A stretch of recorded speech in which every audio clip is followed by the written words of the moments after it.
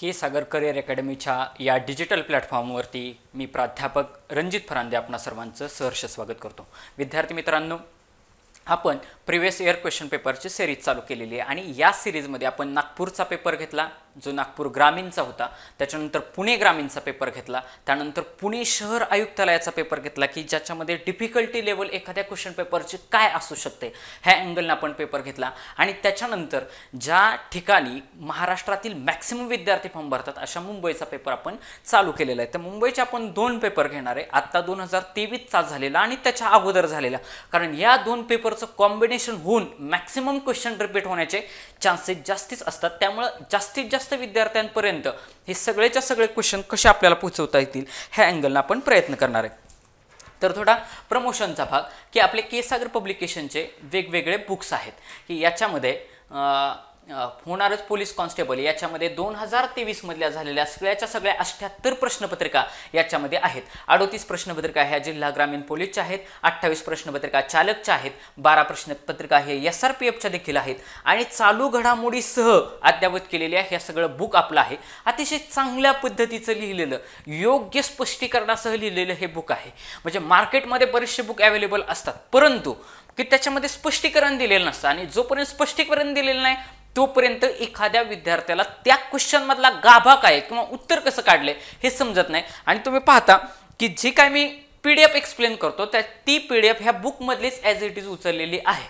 त्याच्यावरून प्रत्येक क्वेश्चनच्या खाली योग्य असं स्पष्टीकरण आणि योग्य संदर्भातून ते स्पष्टीकरण कसलीही पद्धतीची चूक न ठेवता आपण घेतलेलं आहे।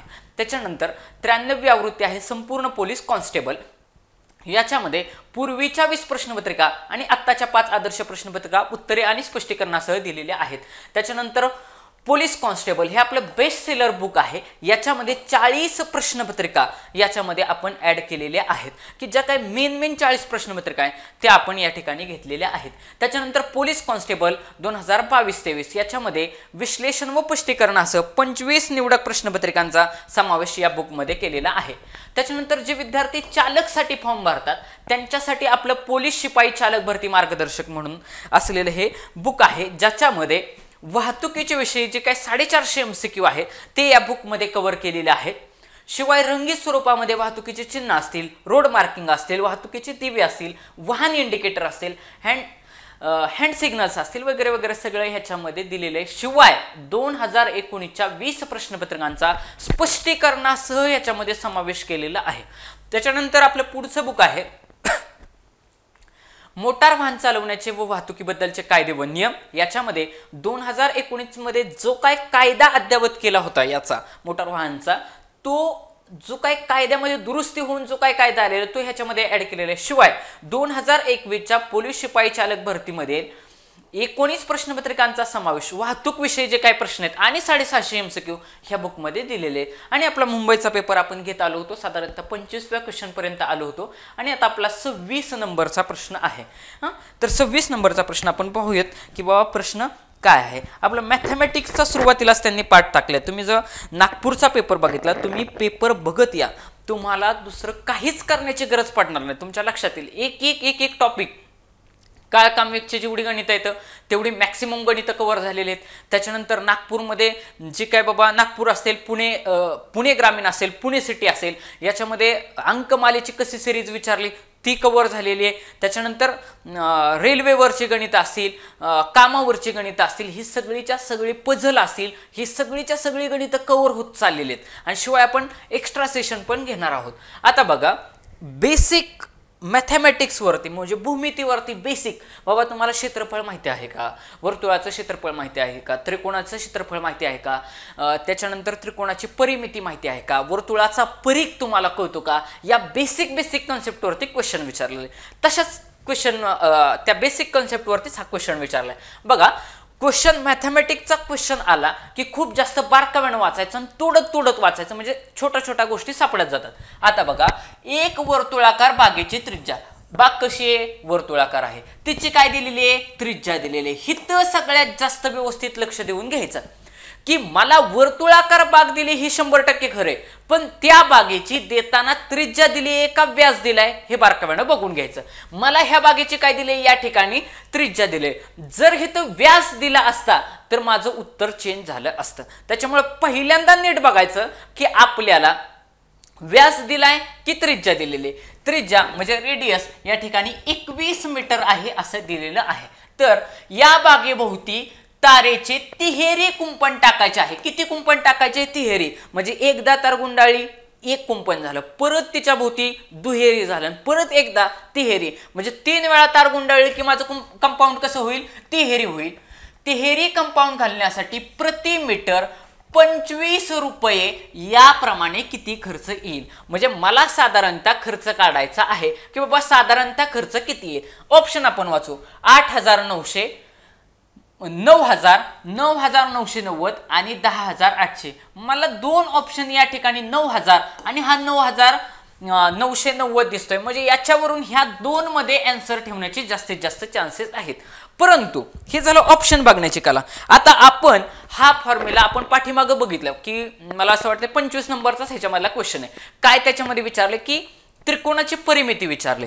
जर त्रिकोणाची परिमिती काढायची तर तुम्हाला मी सांगितलं की त्रिकोणाचं क्षेत्रफळ वेगळे आणि परिमिती वेगळे. त्रिकोणाची परिमिती म्हटलं की तिन्ही बाजूंची बेरीज. मग समभुज त्रिकोण असेल तर तिन्ही बाजू सारख्या असतील, समद्विभुज असतील तर दोन बाजू सारख्या असतील, आणि विषमभुज असेल तर कुठलीच बाजू सारखी असणार नाही. त्यामुळे लक्षात ठेवायचं तिन्ही बाजूंची बेरीज करायची, ती माझी परिमिती असणार आहे. जसं तिथं परिमिती असते तसं याला वर्तुळाकार बागेला काय असणार आहे, ह्याचा परिघ काढावा लागणार आहे. काय काढावं लागणार आहे, परिघ काढावं लागणार आहे. मग आता बेसिक गोष्ट बघा, अशा साधारणतः या फॉर्मॅटमध्ये काय असतं, वर्तुळ असतं. अशी ही सपोज वर्तुळाकार बाग आहे. त्यांनी काय दिले हो, वर्तुळाकार बाग आहे, इथं दिली त्रिज्या. मग लक्षात ठेवा त्रिज्या ही नेहमी या पॉइंट पासून या पॉइंट पर्यंत असते. लक्षात घ्या, ही असतो आपला आर. आर म्हणजे काय, ही त्रिज्या दिलेली आहे. मला काय दिलेली, ही त्रिज्या दिलेली. मग ह्या वर्तुळाच्या केंद्रापासून इथपर्यंत असणारी काय असणार आहे, त्रिज्या असणार आहे. जर मला त्यांनी असं सांगितलं असतं की त्रिज्याच्या ऐवजी त्रिज्या किती दिली आहे, 21 दिलेली. मग मला एवढं कळलं की ते 21 मीटर आहे. मग 21 मीटर ह्याची त्रिज्या एवढं मला कळलं. जर त्यांनी असं दिलं असतं की बाबा ह्याचा परिघ दिला असता, व्यास दिला असता, काय व्यास दिला असता, व्यास. जर व्यास दिला असता तर व्यास हा नेहमी त्रिज्येच्या दुप्पट असतो. हा जो टोटल असणार आहे हा काय असणार आहे, माझा हा व्यास असणार आहे. आणि व्यास काय असतो, व्यास ज्याला इंग्लिश मध्ये डायमीटर किंवा डी या अक्षराने दर्शवतात, तो त्रिज्येच्या कसा असतो, त्रिज्येच्या दुप्पट असतो, म्हणजे गुणिले 2 असतो. त्रिज्या कुठल्या अक्षराने दर्शवतात, आर या अक्षराने दर्शवतात. रेडियस, डी म्हणजे व्यास, डायमीटर बघा, डी म्हणजे डायमीटर ज्याला व्यास असं म्हणतात, त्रिज्या म्हणजे काय, रेडियस. आणि व्यास हा नेहमी त्रिज्याच्या दुप्पट असतो. तुम्ही एक लक्षात घ्या ना, मी जर ह्याला हिथून असं तोडलं असतं तर इथपर्यंतच माझी त्रिज्या तयार झाली असती. मग ही एक गोष्ट, आणि हिथून ह्या पॉइंट पासून ही एक गोष्ट, म्हणजे 2 आर तयार झाले असते ना. 1 डी म्हणजे 2 आर असा फॉर्म्युला आहे. मग आता या ठिकाणी ज्या अर्थी मला बागेला कंपाऊंड टाकायचंय, बघा मला काय करायचंय की मला माझ्या बागेला कंपाऊंड टाकायचंय. कंपाऊंड टाकताना मी ह्या सगळ्या आतमध्ये असं टाकणार आहे का, नाही टाकणार आहे. कंपाऊंड मी कुठे टाकणार आहे, तर कंपाऊंड मी ह्या सर्कम्फरन्सला टाकणार आहे ना. म्हणजेच या ठिकाणी मला वर्तुळाच्या क्षेत्रफळाची आवश्यकता नाही. बघा आतमध्ये सगळीकडे मी कंपाऊंड टाकणार आहे का, असं कंपाऊंड टाकणार आहे का सगळीकडे, मी नाही. मी काय करणार आहे, ह्या बाहेरच्या बाजूनं मी काय करणार आहे, कंपाऊंड टाकणार आहे. ती पण किती वेळा टाकणार आहे, 3 वेळा टाकणार आहे. इथं लिहिलंय ना तिहेरी, हे लय महत्वाचं आहे. एकदा टाकणार आहे का, नाही, 3 वेळा टाकणार आहे. त्याच्यामुळे एकदा टाकायला 1 मीटरला 25 रुपये, असं मला 3 वेळाचं कंपाऊंडला किती खर्च लागतोय असा माझा प्रश्न आहे. मग या ठिकाणी लक्षात ठेवायचं, आपल्या या ठिकाणी एक्सप्लेनेशनच्या बुकमध्ये पण इथं फॉर्म्युला तर दिलेलाच आहे की वर्तुळाचा परिघ बरोबर, बघा वर्तुळाचा परिघ बरोबर 2 पाय आर किती असतो, वर्तुळाचा परिघ बरोबर 2 पाय आर असतो. मग आता आपण सोपं बघूया, सोडूयात आपण. आता व्यवस्थित प्रॉब्लेमवरून आपण सोडूयात. मला काय दिलेले, या ठिकाणी दिलेले त्रिज्या दिलेली आहे. काय दिले, वर्तुळाची त्रिज्या दिलेली आहे 21 मीटर. किती दिलेली आहे, 21 मीटर. हां, आणि तारेला कंपाऊंडला खर्च येणारे 25 रुपये प्रति मीटर, प्रत्येक मीटरला. मग आता मला जे आरती त्रिज्या दिले, त्रिज्या म्हणजेच तुम्हाला मी काय सांगितलं, आर असतो. आर म्हणजे त्रिज्या असते. डी म्हणजे डायमीटर म्हणजे व्यास असतो, व्यास असतो. आणि डी बरोबर काय असतं, 2r असतं, 2r. मग आता मला या ठिकाणी हा सपोज वर्तुळ आहे, ह्याच्या भोवती कंपाऊंड हिथं असं टाकायचंय, म्हणजे मला वर्तुळाचा काय पाहिजे, परिघ पाहिजे. मग वर्तुळाचा परिघ बरोबर, वर्तुळाचा परिघ बरोबर 2πr असा साधा सोप्पा फॉर्म्युला आहे. काय, 2πr. वर्तुळाचा परिघ बरोबर, बघा वर्तुळाचा परिघ, बघा वर्तुळाचा परिघ ज्याला पॅरामीटर म्हणतात, की वर्तुळाचा परिघ बरोबर 2πr. किती, 2πr. ह्याला म्हणतात पाय. वाचायचं कसं, पाय. ह्याला काय म्हणतात, पाय म्हणतात मॅथमॅटिक्स मध्ये. मग ह्याची व्हॅल्यू असते, पायची व्हॅल्यू असते 3.14 किंवा 22/7. किती असते, 22/7. म्हणजे पायचा विषय मिटला. 2ची किंमत टाकू शकतो. पायची किंमत तर मी तुम्हाला इथं सांगितली, पायची किंमत असते 3.14 किंवा 22/7. आणि हा जो आर आहे, हा आर तर मला इथं दिलाय ना 21 मीटर. किती दिलाय, 21 मीटर. मग सगळ्या किमती मी टाकत येतो, म्हणजे मला परिघ भेटून जाईल. म्हणजे परिघ बरोबर, बघा परिघ बरोबर, तिथं तुम्ही परीक्षेमध्ये परिगणहीन असलं लिहायचं नाही, कमीत कमी शॉर्ट मध्ये लिहायचं. वर्तुळाचा परिघ बरोबर 2πr असा फॉर्म्युला लिहायचा, हा, जेणेकरून किमती टाकता येतात. शिवाय आता बघा ह्या किमती मी टाकत येतो. 2 गुणुले पाय, पायची किती किंमत आहे, 22/7 गुणुले आर, आर किती दिलाय, 21 दिलाय. आणि एक लक्षात घ्या विद्यार्थी मित्रांनो, हे तर तुम्ही म्हणताल सर 3.14 घ्यायचं की 22/7 घ्यायचं. बघा 3.14 घ्यायचं की 22/7 घ्यायचं. तुम्हाला पोलीस भरतीच्या लेवलला ते जास्तीत जास्त ताण देणार नाहीत.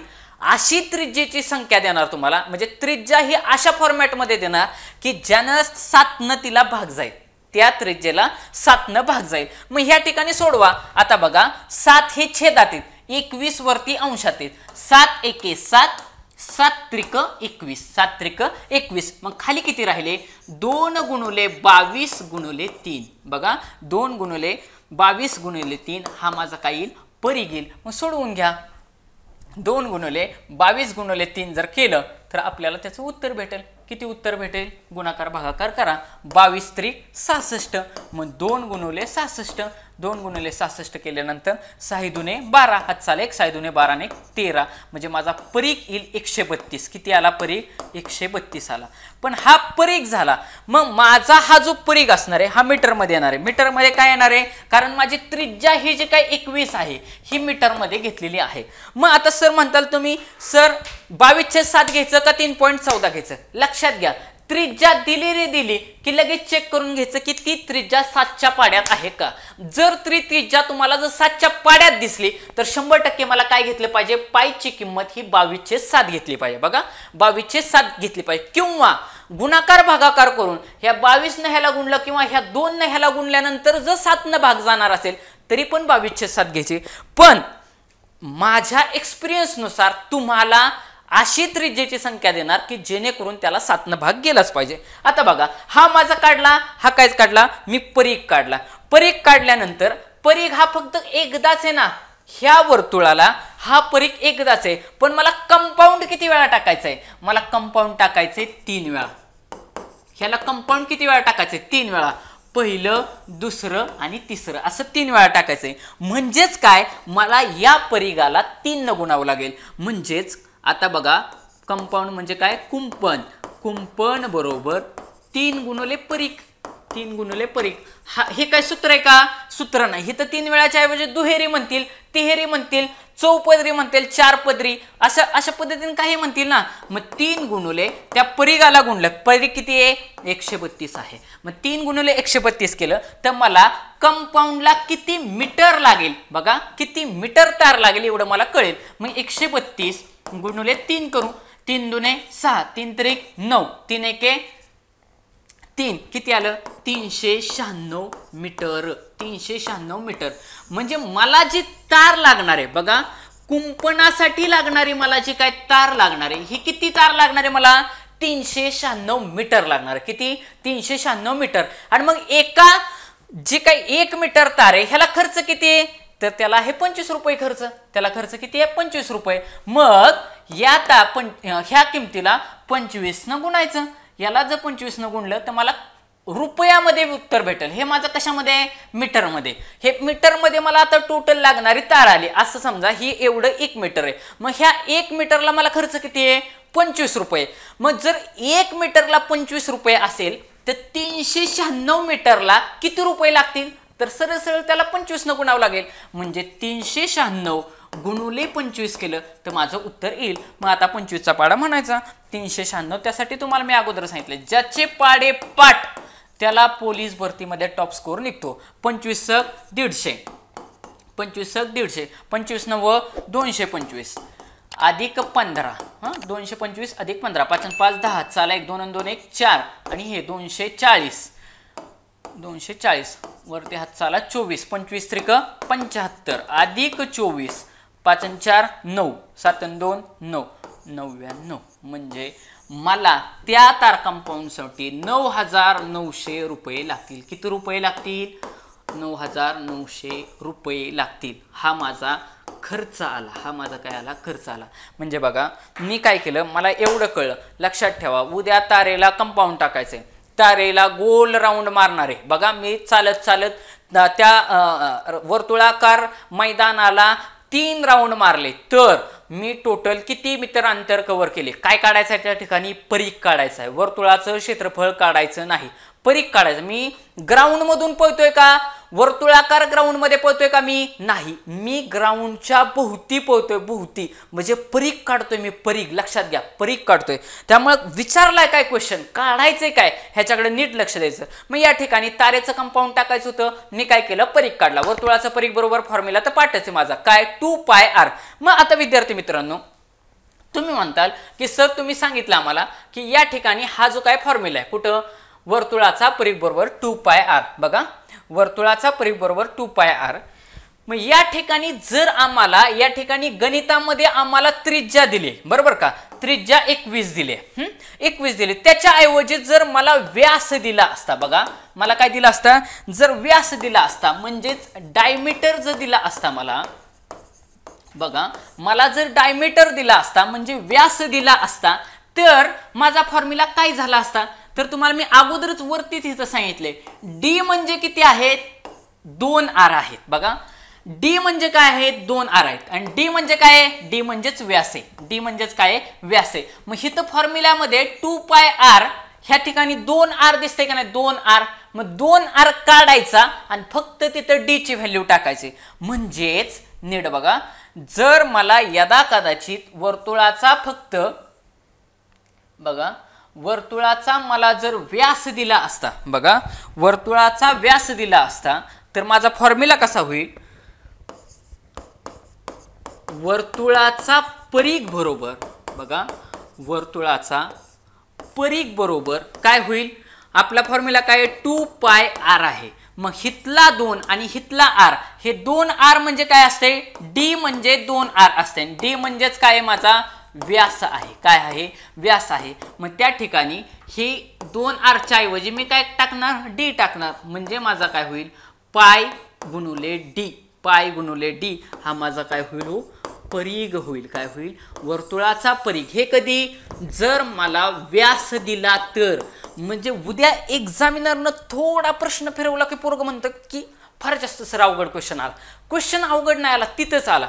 तुम्हाला फक्त एवढं माहिती पाहिजे की व्यास म्हणजे 2 वेळा त्रिज्या घ्यायची. बघा व्यास म्हणजे 2 वेळा त्रिज्या असते. एवढं ज्याला बेसिक कन्सेप्ट माहिती आहे त्याला 100% सुटणार. मग उद्या जर परीघाचे आपल्याला 2 फॉर्म्युले झाले, जर त्रिज्या दिलेली असेल तर 2πr घ्यायचं. बघा त्रिज्या जर गेलेली असेल तर 2πr घ्यायचं आणि जर व्यास दिला असेल तर पाय डी घ्यायचा. किती घ्यायचा? पाय इंटू डी घ्यायचा. असे आपल्याला परीघाचे 2 फॉर्म्युले होतील. दोन्हीच्या दोन्ही लक्षात ठेवायचे आणि दोन्हीच्या दोन्ही लक्षात लिहून ठेवायचे. आणि फक्त बदल काय केलाय मी की ज्यावेळेस मी व्यासाच्या स्वरूपामध्ये, बघा व्यास म्हणजे डायमीटर. त्याच्या स्वरूपामध्ये ज्यावेळेस मी फॉर्म्युला लिहितोय त्यावेळेस इथला 2r काढतोय. काय करतोय? 2r काढतोय आणि हा फॉर्म्युला टाकतोय. अशा पद्धतीने हे गणित लक्षात ठेवायचं. कितीतरी वेळा ह्या फॉर्मॅटमध्ये पाठीमागच्या जर तुम्ही 3 वर्षांचे वेगवेगळ्या 3 वर्षांचे जर पेपरचं ॲनालिसिस केलं तर बऱ्याचशा ठिकाणी बऱ्याच वेळा या टाईपचा प्रॉब्लेम रिपीट आहे, म्हणून त्याला मी इन डिटेल एकदम व्यवस्थित सांगितलेला आहे. आता पुढचा प्रश्न 27 नंबरचा. बाकी आपल्या बुकमध्ये पण एक्सप्लेनेशनमध्ये एकदम ओके दिलेलं आहे. मग आता आपलं उत्तर काय आलं होतं? तुम्हाला मी अगोदरच गणित सोडवताना सांगितलं होतं. ही पण 8900, ही 9000, म्हणजे इथं फक्त 100 कमी होते आणि हे 9900. याच्यावरूनच मला कळलं होतं की 10000 मध्ये उत्तर येणार नाही. उत्तर ह्या 2 मध्येच असणारे मी तुम्हाला अगोदर सांगितले आणि आपलं उत्तर काय आले? 9900. आणि इथं 8900, इथं 9900, म्हणजे 1 आणि 4 मध्ये जर तुम्हाला मी अगोदरच सांगितलं, तुम्ही सगळे ट्रिक काढून बघा. 1 व 4 मध्ये जर कन्फ्युजन झालं तर 1ला नाही तर 4ला घेऊन जायचं. 1ला नाही तर 4ला घेऊन जायचं. तसंही आपल्याला ह्या 2 फॉर्मॅटमध्ये आपल्याला कळतच होतं की उत्तर हित आहे आणि बाकी फॉर्म्युला वगैरे मी सांगितलेला आहे. आता पुढचा प्रश्न 27 नंबरचा. टक्केवारीचा प्रश्न. टक्केवारीचा तर प्रश्न तुम्हाला मी तोंडीच कसा सोडवायचा ना तो सांगितलेला आहे, पण क्वेश्चन थोडा फिरवून विचारलेला आहे या ठिकाणी. बघा क्वेश्चन काय विचारलं आहे.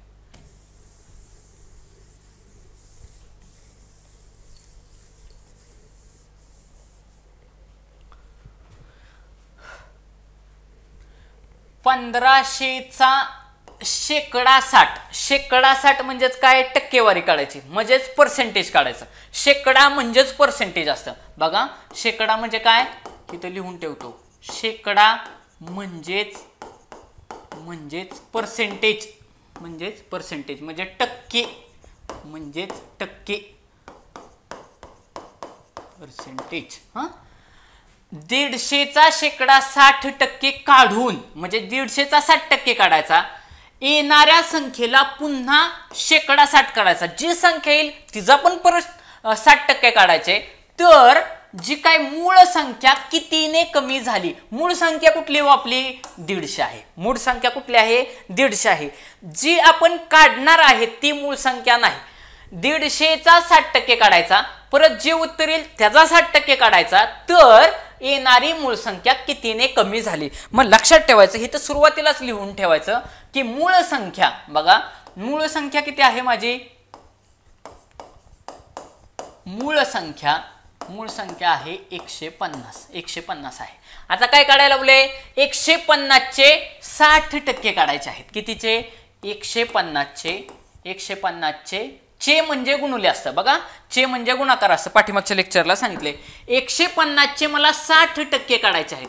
60% म्हणजे काय असतं? किती असतं? 60चे 100. तुम्हाला मी पाठीमागच्या लेक्चरला सांगितले 60% म्हणजे किती असतं? 60चे 100. मग आता हे सोडवायचं कसं? लय डोकं लावायचं नाही. तुम्हाला मी अगोदर सांगितले शेकडेवारी जर विचारली तर 1 कट केला की किती येतं तुमचं उत्तर? 10%. 1 कट केला तर हे असणार त्याचे 10%. किती असणार? 10%. मग 10% म्हणजे किती झाले? 15. मग 60% होण्यासाठी 10ला कितीने गुणावं लागेल? 10 गुणिले 6 गुणिले 10 केले 60 येईल. हे माझे 60%. म्हणजे ह्याला गुणिले 10 केलं, सॉरी याला गुणिले 6 केलं की माझं 60% निघून जाईल. हे आलं 15 म्हणजे 10%. 10% म्हणजे 15 आहे. आणि ह्याला जर मी 6 ने गुणलं, बघा हे म्हणजे माझे 10% आहेत, त्याला जर मी 6 ने गुणलं तर 60%. मग 15 गुणिले 6 केलं तर उत्तर किती आलं? 90 आलं. म्हणजे 150चे 60% म्हणजे किती असणार आहे? 90च असणार आहे. विद्यार्थी मित्रांनो, हे मी उत्तर तोंडीच काढलं असतं. कसं तोंडी काढलं असतं? मला काय सांगितलं त्यांनी? 150चे 60% काढा. मी लगेच 1 झाकला असता, तोंडीच मला कळलं असतं की 15 म्हणजे किती? माझे 10%. आणि 10च्या पाड्यात 10 गुणिले 6 केले की 60 येतात. तसं त्या 15ला 6 ने मी तोंडीच गुणलं असतं. 15 90. म्हणजे तोंडीच मला कळलं असतं की 150चे 60% म्हणजे किती आहेत? 90 आहेत. किती आहेत? 90 आहेत. आता पुढं बघा, पुढं काय सांगितलंय? जी येणारी संख्या आहे पुन्हा तिचे शेकडा 60% काढा. मग आता तुम्ही तोंडीच काढा. बघा हा व्हिडिओ पॉज करा आणि तुम्ही तोंडीच उत्तर काढा. मी पण तोंडीच काढलं असतं पण तुम्हाला काढून दाखवतो. येणारी संख्या किती आली? 90 आली. तिचे परत मला काय सांगितलेत? 60% म्हणजे शेकडा 60 काढा असं सांगितले. मग तुम्हाला मी काय सांगितले? एक शून्य दाखायचा. हा शून्य झाकला. किती झाले? 9 झाले. किती झाले? 9. 9 म्हणजे किती असणार आहेत? हे 10% असणार आहेत. 9 म्हणजे 10% असणार आहेत. ह्याला 6 ने गुणलं. ह्याला 6 ने गुणलं. 9 × 54. ते म्हणजे त्याचे काय असणार आहेत? 60% असणार आहेत. ते त्याचे किती असणार आहेत? 60% असणार आहेत. मग आता बघा तोंडी कसं काढायचं? मला कळलं की 90 आलं. 90 चे 60% काढायचं. एक शून्य काढला की 10%. 2 शून्य काढलं की त्याचा 1% असतो. बरोबर का नाही? मग आता मी 1%ला ह्याला एका शून्याला झाकला. एका शून्याला झाकल्यानंतर मला जी किंमत भेटणार आहे किती आली? एक शून्य झाकल्यानंतर राहिले फक्त 9. 9 जर राहिले तर ते 9 माझे काय असणार आहेत? ते 9 माझे असणार आहेत 10%. जर 9 10% असणार आहेत त्याला 6 ने गुणलं तर मला काय भेटणार आहे? 60% भेटणार आहेत. म्हणजे 9 × 54 हे माझे काय झाले? 60% झाले. आता क्वेश्चन वाचा. तरच्या पुढे प्रश्न आहे. तर मूळ संख्या कितीने कमी झाली? माझे मूळ संख्या किती आहे? 150 आहे. किती आहे? 150 आहे. माझे फायनली किती आले? 54 आले. कितीने कमी झाले? काय करावं लागेल? मला सरळ सरळ वजाबाकी करावं लागेल. म्हणजे 150 वजा 54. बघा वजा 54 जर केले तर मला उत्तर भेटेल. इथं शून्य इकडून हातचा घेतला 1. 10तनं शून्य गेला. 10तनं 4 गेले 6 राहिले. इथे किती उरले? 4. 4तनं 5 जात नाहीत. 14 डायरेक्ट घ्यायचे. 14 म्हणजे 9 × 5 14 म्हणजे 96 माझं काय असेल? उत्तर असेल 96. हे माझं या प्रश्नाचं उत्तर असेल. आणि तुम्ही इथं पण बघा 2 आकडे 90 90च्या घरात दिलेत. बघा 2 आकडे 90 90च्या घरात दिलेले आहेत. त्याच्यावरून मला अंदाज आला असता की ह्या 2 मध्ये उत्तर ठेवण्याचे जास्तीत जास्त चान्सेस आहेत. विद्यार्थी मित्रांनो तुम्ही ऑप्शन बघायला शिका. ह्या आपल्या सिरीजचा उद्देश हाच आहे की बाबा तुम्हाला 11th आवरला जर प्रेशर आलं. बघा एखादं गणित सुटत नाही म्हणून जर तुम्ही पॅनिक झाला. पॅनिक व्हायचं नाही. पण तिथे जर तुम्ही पॅनिक झाला तर तुमच्या डोक्यातनं सगळा डाटा निघून जातो. त्यावेळेस ह्या गोष्टींवरती काम केलं पाहिजे. शिवाय हे 2-3 दिवस आता एकदा फॉर्म भरायचे संपले. फॉर्म भरताना तुम्ही बघा की बाबा जास्तीत जास्त जागा कुठं आहेत, कशा आहेत, आतापर्यंत फॉर्म कुठं आलेले आहेत, जास्ती लॉग इन कुठं झालेले, कास्टला माझ्या जागा किती आहेत, ह्या सगळ्याचा गोष्टींचा सारासार विचार करा. 2-3 दिवस तुमच्याकडे अजून आहेत. हे 2-3 दिवस झाल्यानंतर चिकाटीनं अभ्यासाला लागा. तुमचं काम नाही आहे की आचारसंहिता किती दिवस चालणार आहे, इलेक्शन कधी होणार आहे, मग पोलीस भरती कधी होणार आहे. पोलीस भरती पूर्ण प्रोसेस ह्या डिसेंबर एंडिंगपर्यंत म्हणजे 2024 पर्यंत कसल्याही परिस्थिती संपणार आहेच मी म्हटलं. आता 4था महिना लागलाय म्हणजे एप्रिल. तर मग 12 कंप्लीट व्हायला किती दिवस राहिले? 7 ते 8 महिने राहिले. मग 7 ते 8 महिन्यामध्ये प्रोसेस एकदम फास्ट जाणार आहे. ज्याच्यामध्ये तुम्हाला ग्राउंड करायचं आहे, लेखी करायचं आहे. मग तुम्ही कंपॅरेटिव्हली बघा की मी तेवढ्या लेवलला आहे का, ग्राउंडला मला तेवढे टॉप 45 पर्यंत मार्क पडतायत का, लेखीला मी तेवढ्या लेवलला आहे का, ह्या गोष्टींकडे काम करा. बाकीच्या गोष्टींकडे तुम्ही लक्ष देऊ नका. जेवढी जास्तीत जास्त प्रोडक्टिव्ह अभ्यास करता येईल तेवढ्या पद्धतीनं करा. पर्सेंटेजचे हे प्रॉब्लेम मी तुम्हाला तोंडीच कसं सोडवायचं मी तुम्हाला ऑलरेडी कितीतरी वेळा सांगितले. मी तोंडीच जरी मला सांगितलं असतं ना 150चे 60% काढायचे, लगेचच माझ्या डोळ्यासमोर 150 आला असतं. त्याचा 1 शून्य झाकला की आला माझा 10%. म्हणजे 10% माझे म्हणजे 15. मग 6 न गुणलं त्याला की लगेच माझे 60% भेटले असते. 15 × 90 मला लगेच तोंडीच कळलं असतं. लगेच मी तोंडीच सोडवता बघितलं असतं. 90 झाले. त्याचे त्या संख्येचे पुन्हा 60% काढायचे म्हणजे 90चे परत 60% काढायचे. 90चा 1 शून्य झाकला आलं उत्तर 9. परत 9 तोंडीच काढलं ती झाले 10%. मग त्या 9ला परत 6 न गुणलं 9 × 54 म्हणजे 54 माझी संख्या आली असते. मला काय विचारलंय की मूळ संख्या आणि त्याच्यामध्ये कितीचा फरक आहे. 150तनं 50 गेले किती राहिले? 100 राहिले. आणि 100 मधनं 4 गेले खाली 96 राहिले. म्हणजे सरळ सरळ उत्तर काय राहील? माझं 96 राहील. अशा पद्धतीनं हा सोप्या टाईपचा प्रश्न होता. आता 28 नंबरचा प्रश्न आणि आपल्या एक्सप्लेनेशनमध्ये हे इन डिटेल व्यवस्थित सगळं दिलेले आहे. ओके. आता पुढचा पुन्हा शेकडेवारीचा प्रश्न विचारलेला आहे. पुन्हा शेकडेवारीचा प्रश्न विचारला आहे. क्वेश्चनमध्ये जास्तीत जास्त तुम्हाला हे करण्याचा प्रयत्न केलेला आहे. म्हणजे जास्तीत जास्त बाबा काय त्याला म्हणतात कॅल्क्युलेशन लेंदी कसं होईल, अवघड कसं होईल याच्याकडे भर दिलेला आहे. त्याच्याकडे लक्ष द्यायचं. आता बघा एका संख्येचे 28.5% बरोबर 3420, तर त्या संख्येचे 82.5% म्हणजे किती? हित समीकरण मला दिलेलं आहे, एवढं मला मांडता आलं की माझं गणित सुटलंच. बघा काय मी सांगितलं, पहिल्या लाईनमध्ये तरच्या पुढं गणित असतं. तरच्या पुढं काय असतो? नेहमी प्रश्न असतो. प्रश्न माझा नेहमी तर या शब्दाच्या पुढे असतो. बघा एका संख्येचे 28.5% हे 3420 आहेत. हे मला कसं मांडता येईल? तर मी कसं मांडेल बघा, एका संख्येचे, मग ती संख्या मी x मांडली. बघा ती संख्या x मांडली, मी x घेतली. मग एका संख्येचे म्हणजे कोणाचे? x चे. काय सांगितले? जिथं चाचीचे असते तिथं गुणाकाराचं चिन्ह येते, इथं मी गुणाकाराचं चिन्ह घेतलं. एका संख्येचे 28.8%. बघा 28.8%. बघा 28.8% हे मी कसं मांडू शकतो? हे आहे तसं मांडायचं. 28.8 आणि टक्के म्हणजे भागिले 100 करायचं. काय करायचं? टक्के म्हणजे भागिले 100 करायचं. 28.8% मांडताना मी कसं मांडेल? 28.8 भागिले 100. फक्त आता हे उचलायचंय आणि हित समीकरणामध्ये मला लिहायचंय. एका संख्येचे 28.8%, एक संख्या म्हणजे x घेतली, चे म्हणजे गुणाकार, 28.5% म्हणजे भागिले 100 बरोबर किती दिले? 3420. किती दिले? 3420. झालं. समीकरण मांडलं म्हणजे जवळपास माझं गणितच सुटलं. आता ह्याच्यावरून x ची किंमत काढली की मला ती संख्या भेटली.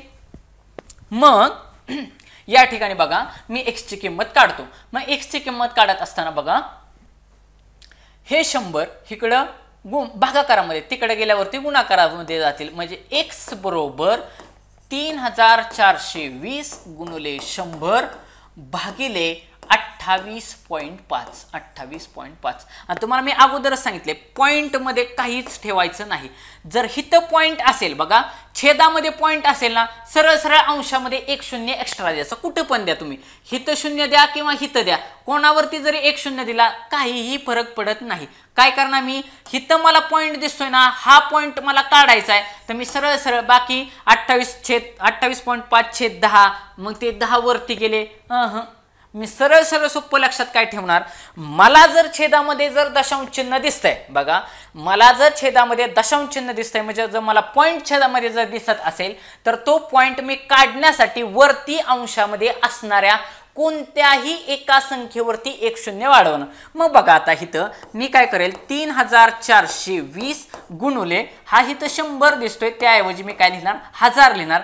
1 0 वाढवला भागिले किती होणार? हा 28.5 असं होणार नाही, 285 होणार. किती होणार? 285. म्हणजे तुम्ही नीट ऑब्झर्व करा की हितला एक पॉइंट घालवण्यासाठी मी काय केलं, या ठिकाणी 1 0 वाढवला, या ठिकाणी 1 0 वाढवला. मग आता हे सोडवा. सोडवल्यानंतर तुमचं उत्तर जे काय ते उत्तर तुम्हाला भेटून जाईल. आता हे सगळं गुणाकार भागाकार तुम्ही करत बसा. आता तेवढा वेळ काय मी घालवत नाही. गुणाकार भागाकार केल्यानंतर या प्रश्नाचं उत्तर येतं,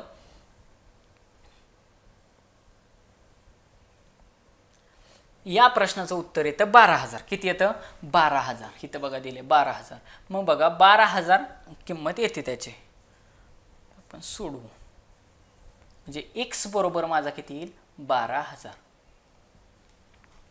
x बरोबर आला माझा 12,000. तुम्ही सोडवल्यानंतर ती संख्या आली माझी 12,000. मग आता पुढं गणित काय सांगितले, जर माझी ती संख्या 12,000 आली, बघा ती संख्या जर 12,000 आली तर पुढं मला गणित काय विचारले, तर त्या संख्येचे 82.5% म्हणजे किती? मग आता जे काही 12,000 आली त्या 12,000चे मला किती काढायचे आहेत? 82.5% काढायचे आहेत. मग इथं बघा 12,000 गुणुले 82.5% मी कसे लिहिणार? 82.5% म्हणजे भागिले 100 म्हणजे किती? प्रश्नचिन्ह असं काढायचं आहे.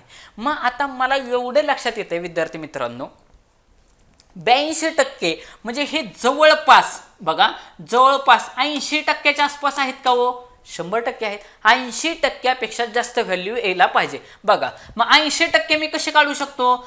10%ला जर मी 8%ने गुणलं तर माझे येणार 80%. 10%ला 80%ने गुणलं तर माझं येणार 80%. मग बघा तुम्हाला माहिती आहे मी तोंडीच काढत असतो. 1 0 झाकला की माझी जी काय 1200 ही व्हॅल्यू राहील ही किती असणार आहे? 10% असणार आहे. म्हणजेच बघा थोडा पेन चेंज करतो. 10% म्हणजे माझे किती आहेत? 1200 आहेत. 10% म्हणजे माझे किती आहेत? 1200 आहेत. तर मग 80% म्हणजे किती येईल? गुणुले जर 8 केले तर माझे 80% आहेत. 12×8 = 96 म्हणजे 9600च्या पुढं थोडीफार व्हॅल्यू जायला पाहिजे. मग आता आपण ऑप्शनकडे येऊ. इथं बघा 9990, 8500 येईल का? ऑप्शन गेला. 9000 येईल का? ऑप्शन गेला. 10000 येईल का? 9600च्या आसपास व्हॅल्यू यायला पाहिजे. 10000कडे जायला पाहिजे का? नाही. म्हणजे सरळ सरळ उत्तर 9990 हे माझं या प्रश्नाचं उत्तर आहे. मी 82.5% काढण्यामध्ये माझा वेळ घालवणार नाही. ऑप्शनवरूनच मला कळते नाही. हे ऑप्शन तर मी जाग्यावरतीच घालवले दोन्ही. असंही जर तुम्ही छोटं मोठं केलं असतं तरी पण ते ऑप्शन गेले असते. बघा 8500 हा ह्यातला सगळ्यात छोटा आकडा आहे, ऑप्शन गेला असता. 10000 सगळ्यात मोठा आकडा आहे, हाही ऑप्शन गेला असता. दोन आकडे हे 9000च्या आसपास दिलेत म्हणजे उत्तर हे तरी असेल किंवा हे तरी असेल. या ठिकाणी मला तोंडीच 82.8 एवढा गुणाकार भागाकार करण्यात मी वेळ घालवला नसता. वैयक्तिक जर मी पेपर सोडवत असतो तर 82.5ला ह्या 1200 न गुणा त्याला 100 न भागा एवढं कुठल्या देवाने सांगितलं ना. जरी ह्या 2 शून्याला हे 2 शून्य तुम्ही कट केले किती उरले? 120 उरले. ह्या 120 न 82.5ला 120 न गुणा आणि करा गुणाकार भागाकार. एवढा गुणाकार भागाकार करायला वेळ जाणार का नाही? मी तोंडीच काढलं ना. मी तोंडी काढलं का नाही उत्तर? मी काय केलं? माझ्या पुढे होते 12000. त्यातला 1 शून्य झाकला किती उरले? 1200. मला किती टक्के? हे माझे आले 10%. 1200 म्हणजे माझे 10%. 80% म्हणजे किती? गुणिले 8 केले. ह्याला गुणिले 8 केले की मला 12चा पाडा पाटे. 12×8 = 96 म्हणजे 9600 हे माझे साधारणतः किती आहेत? 80% आहेत. लगेच ऑप्शनकडे गेलो. 9600 पेक्षा मोठं उत्तर पाहिजे. हे 8500 ऑप्शन गेला. हा 9000 आहे ऑप्शन गेला. आणि हा 10000 आहे. परंतु 2%साठी एवढी व्हॅल्यू वाढणार नाही ना. 2% काढायचे म्हणजे कसे काढायचे ते पण सांगतो. इथं आपल्याला किती? 12000 आहेत. तुम्हाला मी अगोदरच सांगितले 1 शून्य झाकला की 10%. 2 शून्य झाकले की किती उरणार आहेत? 1% उरणार आहे. मग 120 गुणिले 2 केले मी तर 12 दुनी किती होतात? 24. म्हणजे आहे त्या किमतीमध्ये किती आलते? 9600. ह्याच्यामध्ये 224 मिळवले. 224 मिळवले तर उत्तर 10000कडे जाते का? 10000कडे जाते का? 98 येते ना इथं. 6 2 8 98 40 म्हणजे उत्तर 10000कडे जात नाही. अर्धा टक्का. जर 2% जर 240 असेल तर अर्धा टक्का काय 200 असेल का किंमत? असू शकत नाही ना. ही 100% अर्धा टक्का म्हणजे ह्याच्या पण चौथी व्हॅल्यू असणार आहे. असं पण मी उत्तर काढू शकलो असतो. म्हणजेच काय जी मी तुम्हाला मेथड सांगितली आहे ना कुठली? 1 शून्य झाकला की 10%, 2 शून्य झाकला की 1%. तोंडीच फास्ट कॅल्क्युलेशन होतात आणि ज्याचे पाडे पाटेत ना तो एकदम फास्ट प्रॉब्लेम अशा पद्धतीचे सोडवू शकतो. आता पुढचा 29 नंबरचा प्रश्न. काय प्रश्न विचारलाय की अनवरने एक यंत्र 2 वर्षापूर्वी कधी घेतले? 2 वर्षापूर्वी घेतले. किती रुपयांना घेतले? 62,500 रुपयांना खरेदी केलेले आहे. बर, यंत्राची किंमत दरवर्षी 8% कमी होत आहे. म्हणजे बघा जे काय अनवरनं खरेदी केलेलं एक यंत्र आहे 2 वर्षापूर्वी त्याने ते 62,000 62,500 रुपयाला खरेदी केलेलं आहे.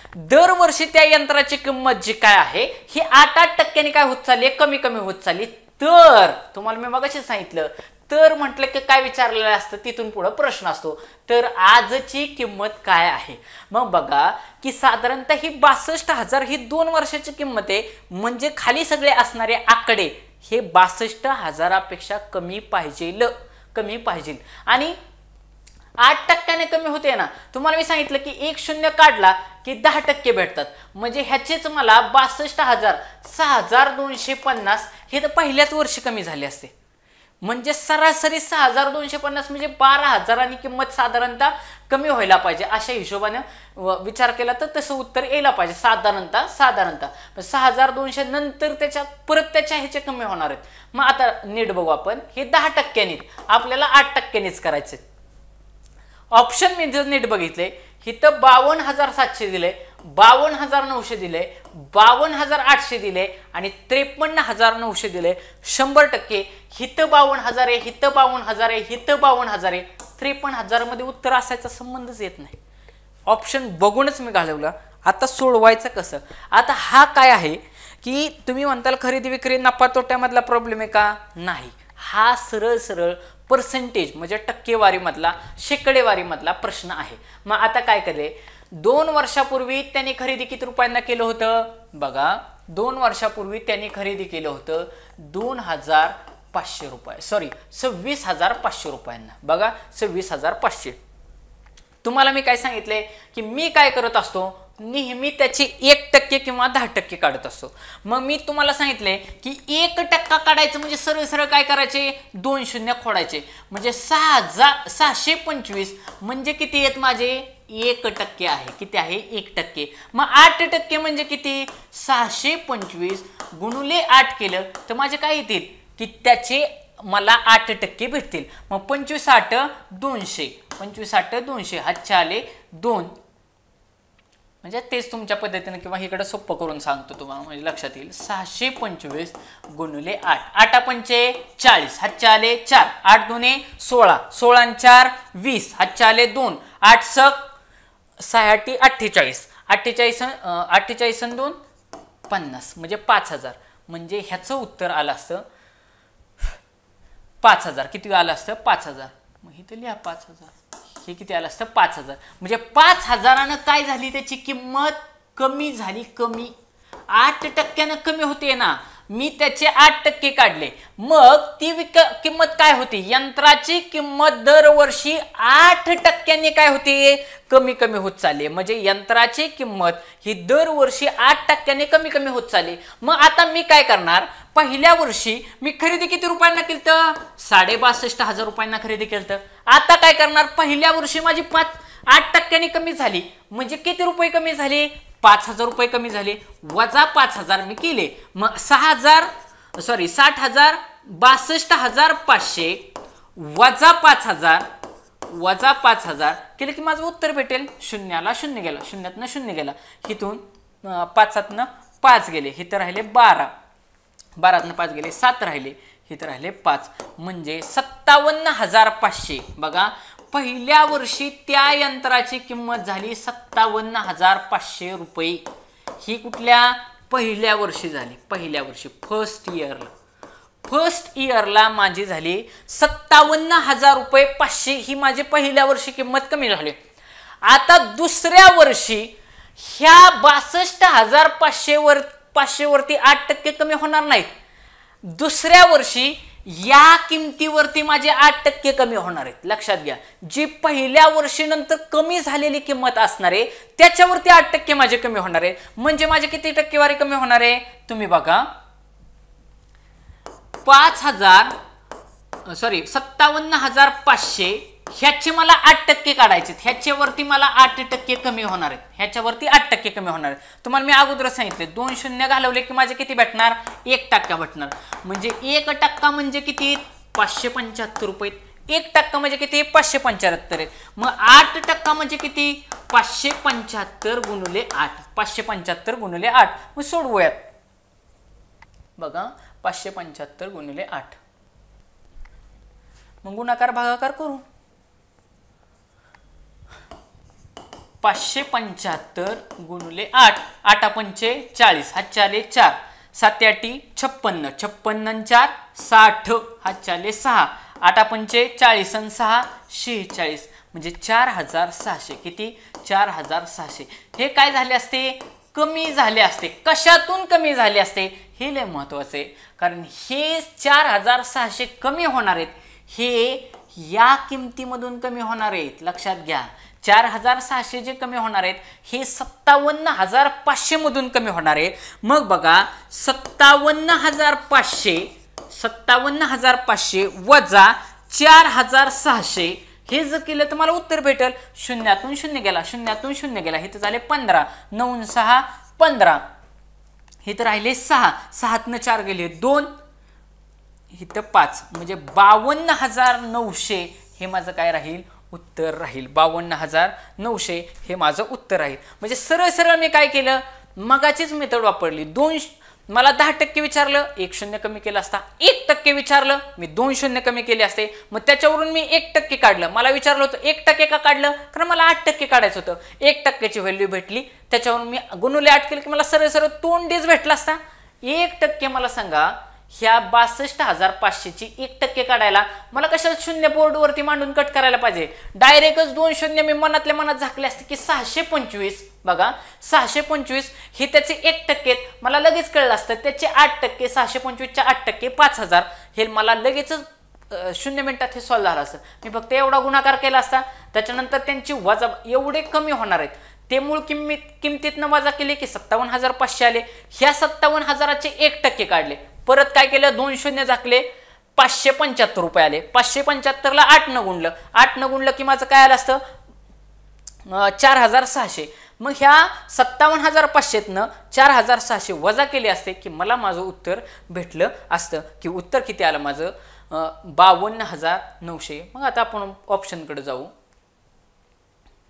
बघा या ठिकाणी ऑप्शन दिलेले आहेत. मग ऑप्शन काय दिलेत बघा, या ठिकाणी ऑप्शन नंबर बी 52,900. मी तुम्हाला काय सांगितलं, 53,000 उत्तरच असू शकत नाही. सगळ्या किमती, आणि हिथं पण 53,900 दिलं तर, आणि हिथं 52,900 दिलं तर, म्हणजे सरळ सरळ उत्तर ह्या दोघांमध्ये होतं. 2 आणि 4 मध्ये कन्फ्युजन झालं तर 2ला मार्क केलं पाहिजे. ह्या हिशोबाने मला 52,900 उत्तर आलं असतं. तुम्हाला हे अजून एका वेगळ्या मेथडनं पण सोडवता येईल.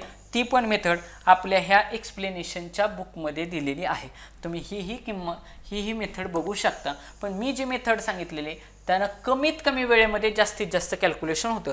तुम्ही म्हणताल की सर नफ्या तोट्याच्या हिशोबाने हे सांगा, तसंही मी सांगू शकतो. हा प्रॉब्लेम मी नफ्या तोट्याच्या अँगलनं पण सांगू शकतो. कसं बघा, मला किती दिली ती, 6,500 किंमत दिली ना सुरुवातीला 62,500ला खरेदी केले. मग 62,500ला खरेदी केले.